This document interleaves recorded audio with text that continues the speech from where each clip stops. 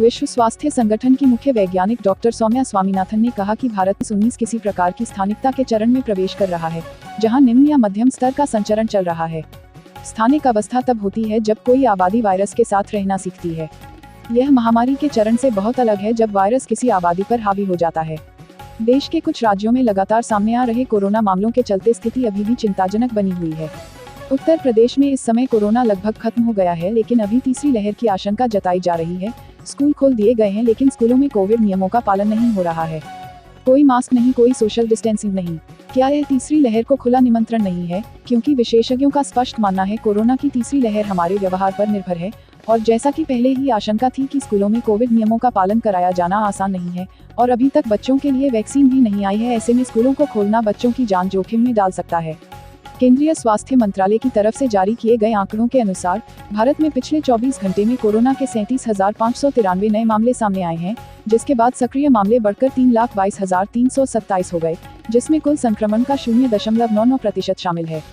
Update किए गए आंकड़ों के अनुसार 648 ताज़ा मौतों के साथ मरने वालों की संख्या 4,35,758 हो गई है।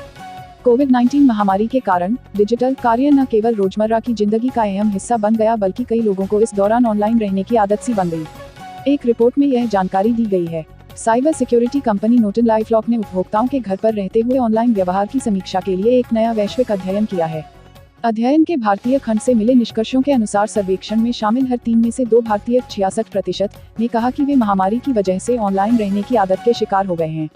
कैथी होचुल द्वारा अब न्यूयॉर्क की पहली महिला राज्यपाल के रूप में शपथ ली गई है।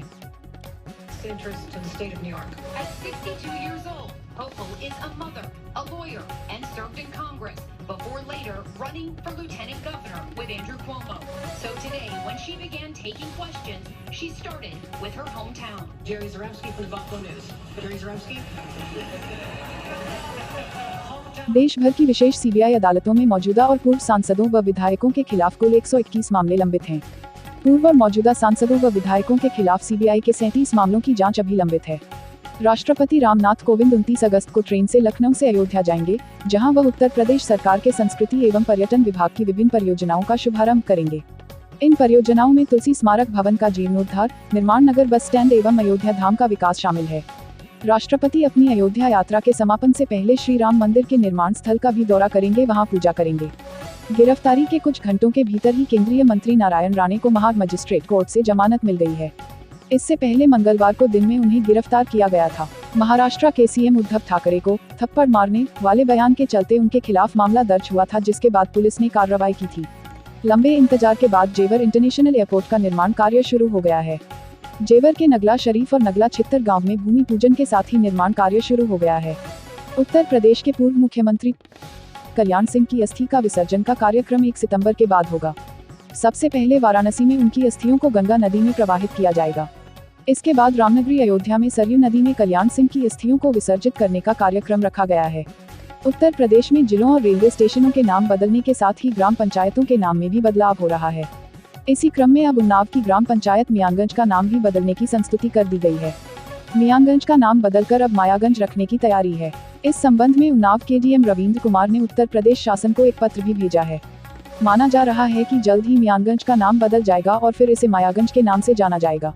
लखनऊ की खस्ताहाल सड़कों के चलते रोज हो रहे हादसे। सिटी स्टेशन चौराहा पर लोडेड ट्रक रोड पर धंसा। लोडेड ट्रक के एक साइड के दोनों पहिए धंसे। माल से लोडेड ट्रक के लिए बुलाई गई क्रेन, ट्रक को बाहर निकालने के लिए 2 क्रेन बुलाई। नगर निगम जोन 1 के वजीरगंज का मामला। बरेली में सेना के जवान में मिला कोरोना संक्रमण। 2 दिन पहले लखनऊ से वापस आया था जवान। 7 दिन में 3 जवान हुए हैं कोरोना संक्रमित, जिला सर्विलांस अधिकारी ने दी जानकारी। बरेली मुंबई की फ्लाइट में पकड़ा गया संदिग्ध, फर्जी नाम पते से कर रहा था फ्लाइट से यात्रा। एयरपोर्ट सुरक्षा अधिकारियों को मिले 2 आधार कार्ड, 2 पैन कार्ड भी संदिग्ध ने अपने पास रखा था। एयरपोर्ट अथॉरिटी ने इज्जत नगर पुलिस को सौंपा। बिहार के नालंदा जिले बड़े हादसे की खबर सामने आई है, जहां मालगाड़ी के 14 डिब्बे रेल पटरी से उतरकर पलट गए। ट्रेन के डिरेल होते ही रेलवे विभाग तमाम अफसर मौके पर पहुंचे और इस रूट की सभी गाड़ियों का आवागमन रोक दिया गया। कानपुर में बैटरी कवर फैक्ट्री में लगी भीषण आग। दमकल की 6 गाड़ियों ने आग में पाया काबू। भीषण आग में लाखों का माल जलकर खाक। गोविंदनगर थाना के इंडस्ट्रियल क्षेत्र की घटना। यूपी के बुलंदशहर में सड़क हादसे में 2 लोगों की मौत। तेज रफ्तार कार ने ट्रक में मारी टक्कर, कार सवार 2 लोगों की मौके पर ही मौत, चालक ट्रक को लेकर हुआ फरार, 4 लोग गंभीर घायल, कराए गए भर्ती, पुलिस ने शवों को पोस्टमार्टम के लिए भेजा। सिकंदराबाद के ओरिएंटल टाइल के पुल की घटना। नोएडा में मेडिकल संचालक की गोली मारकर हत्या मामला, पुलिस ने हत्यारोपी दीपू को किया गिरफ्तार। दारोगा के फ्लैट में संचालक की हुई थी हत्या, दोस्त ने ही दोस्त की निर्मम हत्या की थी। शराबी दोस्तों के बीच नशेबाजी में चली थी गोली, सूरजपुर थाना के लोड्स पार्क में हुई थी घटना। संयुक्त राज्य अमेरिका ने घोषणा की कि पिछले 24 घंटों में 21,000 से अधिक लोगों को अफगानिस्तान से सफलतापूर्वक निकाला गया है। व्हाइट हाउस ने इस बात की पुष्टि किया कि 24 घंटे की अवधि में तालिबान के अधिग्रहण के बाद अफगानिस्तान से लगभग 21,600 लोगों को सफलतापूर्वक निकाला गया। एक बड़े फैसले में अमेरिकी सुप्रीम कोर्ट ने पूर्व राष्ट्रपति डोनाल्ड ट्रंप की मैक्सिको में रहे आव्रजन नीति के पुनरुद्धार की अनुमति दी है। शीर्ष अदालत ने जो बिडेन प्रशासन के उस अनुरोध के खिलाफ फैसला सुनाया, जिसमें नीति के पुनरुद्धार पर रोक लगाने के लिए कहा गया था। उत्तर प्रदेश के पूर्व सीएम कल्याण सिंह को श्रद्धांजलि देने पर अलीगढ़ मुस्लिम यूनिवर्सिटी में नया घमासान शुरू हो गया है। एएमयू के वाइस चांसलर के खिलाफ कैंपस में पोस्टर लगे हैं और कल्याण सिंह के निधन पर शोक जताने को लेकर वाइस चांसलर की निंदा की गई है। अफगानिस्तान के पंजशीर प्रांत में उत्तरी गठबंधन ने अन्य क्षेत्रों के नागरिकों को देखा है और पूर्व सैनिकों ने घाटी में बाढ़ ला दी है। कई विद्रोही समूह में शामिल हो गए हैं और अनुमान है कि 7,000-20,000 से कहीं भी मजबूत हैं। महिला को ऊंट के साथ सेल्फी लेना बहुत महंगा पड़ गया, क्योंकि ऊंट ने इस दौरान महिला के साथ कुछ ऐसा काम कर दिया जिसकी आप कल्पना भी नहीं कर सकते हैं। आगरा, इंस्टाग्राम पर वीडियो बनाने वाली महिला आरक्षी प्रियंका मिश्रा तत्काल प्रभाव से लाइन हाजिर। हरियाणा पंजाब तो बेकार ही बदनाम है, आओ कभी उत्तर प्रदेश। हरियाणा पंजाब तो बेकार ही बदनाम है, आओ कभी उत्तर प्रदेश। रंगबाजी क्या होती है हम तुम्हें बताते हैं, न गुंडई पे गाना बनाते हैं, न गाड़ी जाट गुज्जर लिखाते हैं। हमारे यहाँ 5-5 साल के लौंडे कट्टा चलाते हैं। उत्तर प्रदेश के मुख्यमंत्री योगी आदित्यनाथ ने आज उज्ज्वला योजना 2 की शुरुआत किया। मुझे प्रसन्नता है कि उत्तर प्रदेश में उज्ज्वला योजना की शुरुआत 2016 में प्रधानमंत्री जी ने बलिया में की थी और लक्ष्य तय किया था कि मार्च 2020 तक 8 करोड़ लोगों को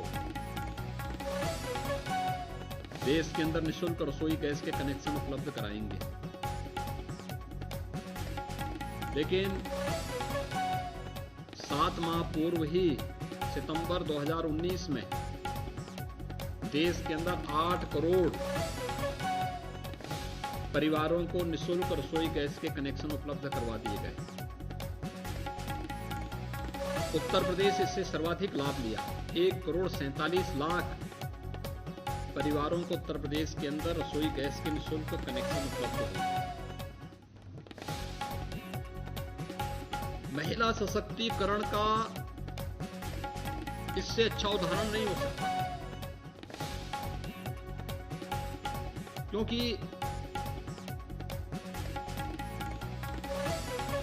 महिलाएं घर की चिंता करती हैं और हर परिवार में भोजन समय पर बने ये हरेक की तमन्ना होती है, लेकिन कैसे बने इस बात की चिंताएं सभी बहनें करती हैं। अब सोचिए कि देश के अंदर 8 करोड़ ऐसे परिवार थे पहले चरण में जिनके पास अपना कोई रसोई गैस का कनेक्शन नहीं था। वे लकड़ी पर, कोयले पर, गोबर के उपलों पर या किसी ऐसे अन्य साधन पर निर्भर होकर के अपनी रसोई की व्यवस्था संचालित करने के लिए मजबूर थी, जो सुरक्षित भी नहीं था, जो स्वस्थ भी नहीं था।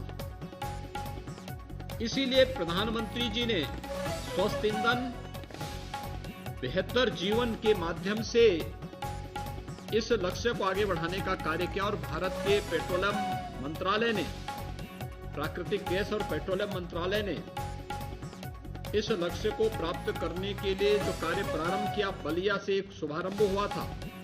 पहले चरण का कार्यक्रम का शुभारंभ भी बलिया से, इस दूसरे चरण में भी लक्ष्य तय किया गया है कि 1 करोड़ परिवारों को निःशुल्क रसोई गैस के कनेक्शन उपलब्ध करवाएंगे।